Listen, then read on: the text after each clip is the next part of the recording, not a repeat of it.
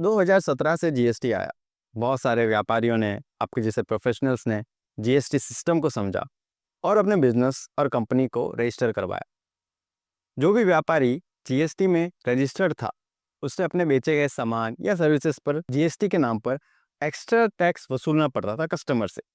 ये टैक्स सरकार के पास जाता था एक मंथली ऑनलाइन रिटर्न में, जो कि जीएसटी पोर्टल से फाइल होती। लेकिन कस्टमर से पूरा वसूला हुआ टैक्स नहीं, क्योंकि जब उस व्यापारी ने अपना सामान खरीदा होगा तब उसने भी टैक्स अपने सप्लायर को भरा होगा। इसलिए सरकार ने छूट दी कि खरीदे हुए सामान पर जीएसटी भरा है, उसे घटाकर बाकी पैसा सरकार को दे दो। घटाए हुए अमाउंट को ही कहते हैं इनपुट टैक्स क्रेडिट। लेकिन इसके लिए कुछ शर्तें हैं।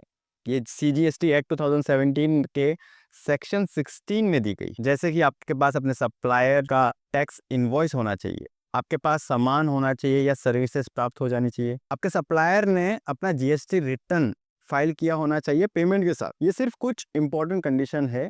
आईटीसी लेने के लिए और भी नियम है जो अलग अलग परिस्थितियों में लागू होते हैं। पहले जब आप जीएसटीआर 1 फाइल करते थे तो आईटीसी की जानकारी जीएसटीआर 2A से लेते थे।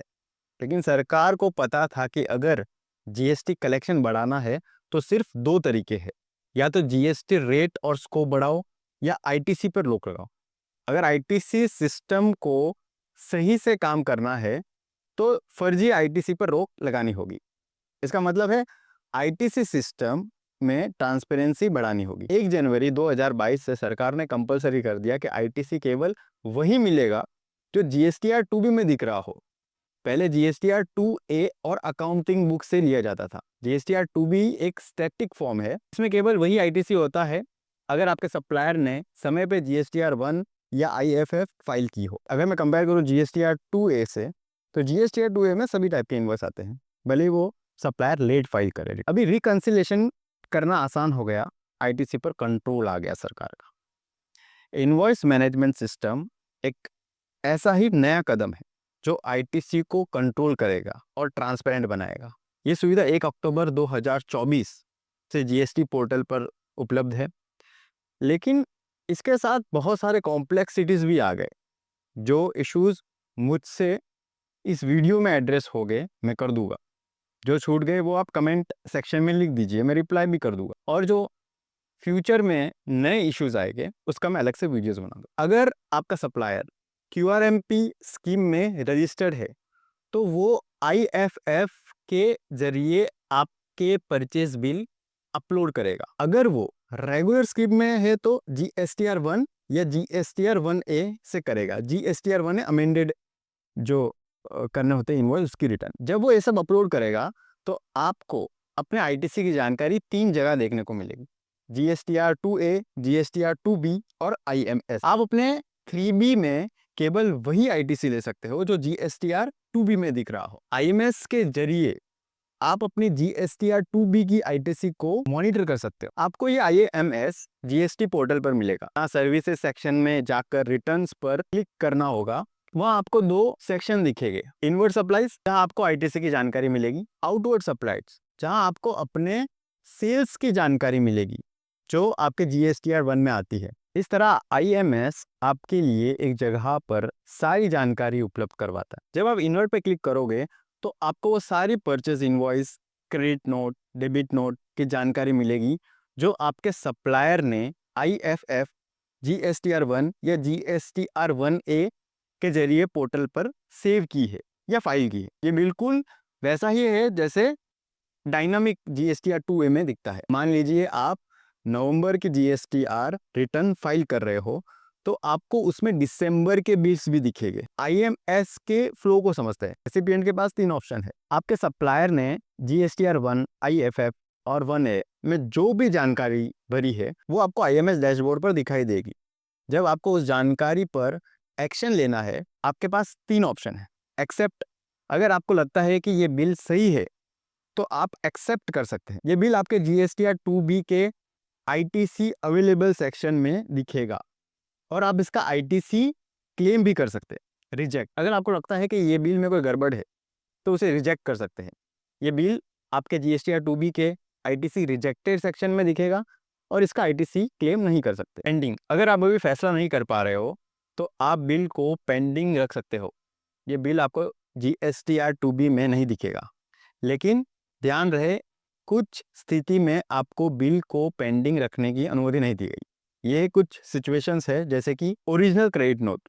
आप ओरिजिनल क्रेडिट नोट को पेंडिंग में नहीं रख सकते, यानी आपने अपने सप्लायर को दुख दिया उसका गुड्स रिटर्न करके, वो बेचारा क्रेडिट नोट इशू करेगा, तब आपके पास एक्सेप्ट या रिजेक्ट का ऑप्शन होगा। सेकंड, क्रेडिट नोट में अपवर्ड अमेंडमेंट।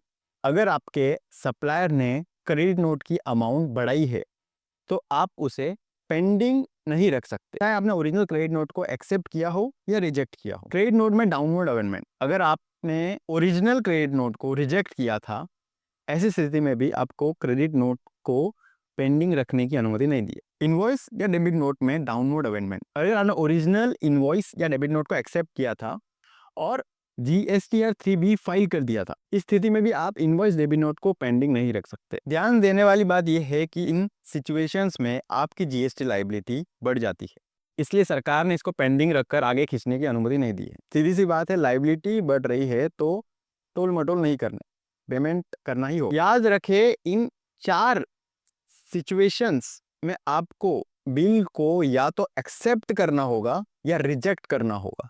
पेंडिंग का ऑप्शन आपके पास नहीं है। अगर रिसिपिएंट कोई फैसला नहीं लेता, सिस्टम ऑटोमेटिकली एक्सेप्ट कर देगा और GSTR2B में ले लेगा। इनिशियली जब ये IMS लॉन्च हुआ है तो ये फैसिलिटी अवेलेबल है। अब ये फैसिलिटी अवेलेबल होने से बहुत से जो टैक्स पेयर्स है वो नॉर्मली जैसे फाइल करते थे वैसे ही फाइल कर, जो कि चल भी जा रहा है। आगे जाके हो सकता है गवर्नमेंट कंपलसरी रख के, डीम्ड एक्सेप्टेंस का कोई प्रोविजन नहीं। रिसिपिएंट को ये फैसला लेने के लिए समय मिलता है। जब सप्लायर बिल को GSTR1 IFF1A में सेव करता है, तब से लेकर रिसिपिएंट अपना GSTR3B फाइल नहीं कर देता, इतना समय मिलता है। अगर आपने किसी बिल पर पहले से कोई एक्शन ले रखा है और आप अब उसे बदलना चाहते हो, या फिर 14 तारीख के बाद किसी बिल पर कोई एक्शन लेते हैं, याद है ना 14 तारीख को ड्राफ्ट 2B जनरेट होती है, तो आपको अपने IMS डैशबोर्ड से GSTR2B को फिर से रिकम्प्यूट करना होगा। ये रिकम्प्यूट का बटन आपको मिल जाएगा। समझ गए ना? छोटी सी बात है, लेकिन ध्यान रखना, आपका सप्लायर जब भी कोई रिकॉर्ड जैसे इनवॉइस अपने फॉर्म में सेव करेगा, वो रिकॉर्ड तुरंत आपके IMS डैशबोर्ड पर दिखने लगेगा। आप उस रिकॉर्ड पर एक्शन ले सकते हैं, लेकिन ध्यान रहे ये रिकॉर्ड आपके GSTR2B में तभी दिखेगा जब आपका सप्लायर अपना GSTR1 IFF1A समय से फाइल करेगा, यानी 11th से पहले और QRMP स्कीम में 13th से पहले। IMS में रिकॉर्ड जल्दी दिख जाएगा, लेकिन GSTR2B में आने के लिए सप्लायर को समय पे रिटर्न फाइल करना। याद रहे, अगर सप्लायर GSTR1 फाइल करने से पहले बिल में कोई बदलाव करता है, अमेंडमेंट, तो वो बदला हुआ बिल ही IMS में दिखेगा, फिर चाहे रिसिपिएंट ने पहले बिल को एक्सेप्ट किया हो या रिजेक्ट या पेंडिंग रखा हो। मान लीजिए आपके सप्लायर ने GSTR1 में कोई गलती की, GSTR1 ऐसे सही किया, तो ये सही किया हुआ बिल भी आपके IMS डैशबोर्ड पर दिखेगा, लेकिन इस बिल का ITC आपको अगले महीने के GSTR2B में ही मिलेगा। आप चाहे तो कुछ बिल को पेंडिंग रख सकते हो और बाद में उसका ITC ले सकते हो, लेकिन ध्यान रहेगा इसके लिए एक समय सीमा है जो CGST एक्ट 2017 के सेक्शन 16 सबसेक्शन 4 में बताई गई है, जो कि है 30 November of next financial year या due date of annual return, whichever is later. आपके सप्लायर ने GSTR1 IFF GSTR1A में जो भी बिल अपलोड किए हैं वो सभी आपके IMS डैशबोर्ड पर दिखेंगे, और आपने उन बिलों पर क्या एक्शन लिया है, एक्सेप्ट, रिजेक्ट या पेंडिंग, ये सब आपके सप्लायर को भी दिखेगा। तो हर महीने 14 तारीख को ड्राफ्ट GSTR2B मिलेगी, ठीक वैसे ही जैसे अब मिला करती है। अब GSTR2B रिटर्न जनरेट होने के बाद भी GSTR3B फाइनल करने तक इनवॉइस पर एक्शन लिया जा सकता है।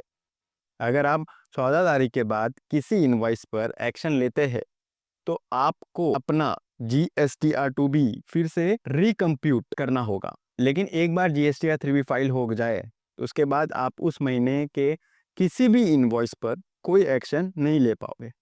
और एक और ज़रूरी बात, जब तक आप GSTR3B फाइल नहीं करते, अगले महीने का GSTR2B जनरेट नहीं होगा। अब बात करते हैं QRMP टैक्स पेयर्स की। अगर आपका सप्लायर QRMP स्कीम में है तो उसके द्वारा IFF के जरिए सेव या फाइल किए गए बिल आपके IMS में दिखेंगे और आपके द्वारा लिए गए एक्शन के आधार पे ये बिल आपका GSTR 2B का हिस्सा बनेगा। यहाँ ध्यान देने वाली बात यह है कि QRMP टैक्स पेयर के लिए GSTR 2B हर महीने नहीं मिलेगी बल्कि क्वार्टर के। यहाँ ध्यान देने वाली बात यह है कि QRMP टैक्स पेयर्स के लिए GSTR 2B हर महीने नहीं बल्कि क्वार्टर में जनरेट होगी। इसका मतलब है कि M1 मंथ 1 और M2 मंथ 2 महीने की GSTR 2B नहीं मिलेगी। जैसे क्वार्टर 3 की 2B QRMP स्कीम वाले की बात कर रहा हूँ, जनवरी में देखने को मिलेगी। अब कुछ की पॉइंट्स के बारे में बात करते हैं। कुछ ऐसी चीजें हैं जो IMS में नहीं दिखेगी, उन्हें आपको सीधा GSTR 3B में भरना होगा। पहला है GSTR 5 NRTP रिटर्न और GSTR 6 ISD रिटर्न के आने वाले रिकॉर्ड। दूसरा है आइस गेट में जुड़े जो भी बिल्स है, डॉक्यूमेंट्स है, RCM आउटवर्ड RCM सप्लाईज वैसे भी नॉर्मली अनरजिस्टर्ड होते हैं सप्लायर्स एंड करंट सिचुएशन में भी मैन्युअली डेटा फिट करना पड़ता है, तो ये सब आपको IMS में नहीं दिखेगा। ऐसे डॉक्यूमेंट्स जिसमें ITC प्लेस ऑफ सप्लाई के नियम या CGST एक्ट के सेक्शन 16 सबसेक्शन 4 के कारण नहीं मिल सकता। मान लीजिए आप जोधपुर में एक होटल बुक करते हैं बिजनेस मीटिंग के लिए, लेकिन आप रहते हैं महाराष्ट्र में, बिजनेस करते हैं महाराष्ट्र में, ऐसे में सर्विस आपको राजस्थान में मिल रही है। इस स्थिति में ITC केवल नहीं कर सकते। क्यों? क्योंकि आपने टैक्स जो राजस्थान सरकार को दिया है, लेकिन असल में फायदा महाराष्ट्र सरकार का उठा रहे हो, बिजनेस महाराष्ट्र में कर रहे हो, रिसोर्सेज महाराष्ट्र के यूज कर रहे हो। GST में इसके लिए पूरा चैप्टर है, प्लेस ऑफ सप्लाई। फिलहाल इतना समझ लीजिए कि इन कंडीशंस में ITC नहीं मिलता। और लास्ट, ऐसे डॉक्यूमेंट जिसमें ITC को रूल 37A के तहत रिवर्स करना हो। अगर सप्लायर ने टैक्स नहीं भरा है तो अपने ITC के लिए उसे वापस करना होगा। अब ये सब चीज़ों के बारे में एक डिटेल वीडियो आपको देखना पड़ेगा, तभी समझ में आएगा। सप्लायर ने रिकॉर्ड सेव किया, आपने एक्शन लिया, लेकिन GSTR 2B में तभी दिखेगा जब सप्लायर रिटर्न फाइल करे। Accept, deemed, accept, reject records GSTR 3B file करने के बाद IMS डैशबोर्ड से हट जाएंगे। पेंडिंग रिकॉर्ड्स IMS डैशबोर्ड पे रहेंगे और बाद में एक्शन ले सकते हो। अगर ओरिजिनल और अमेंडेड रिकॉर्ड्स अलग अलग GSTR 2B के हैं तो पहले ओरिजिनल पर एक्शन लो, GSTR 3B फाइल करो, फिर अमेंडेड पर एक्शन लो। अगर दोनों एक ही पीरियड के हैं तो सिर्फ अमेंडेड रिकॉर्ड्स ही GSTR 2B में गिना जाएगा। GSTR 1 IFF या 1 है, फाइल करने से पहले सप्लायर ने अगर रिकॉर्ड्स में कोई बदलाव किया है तो आपके IMS डैशबोर्ड पर उस रिकॉर्ड का स्टेटस रीसेट हो जाएगा। GSTR 2B सीक्वेंस में जनरेट होगी, मतलब पिछले महीने का GSTR 3B फाइल नहीं किया तो इस महीने का GSTR 2B नहीं दिखेगा।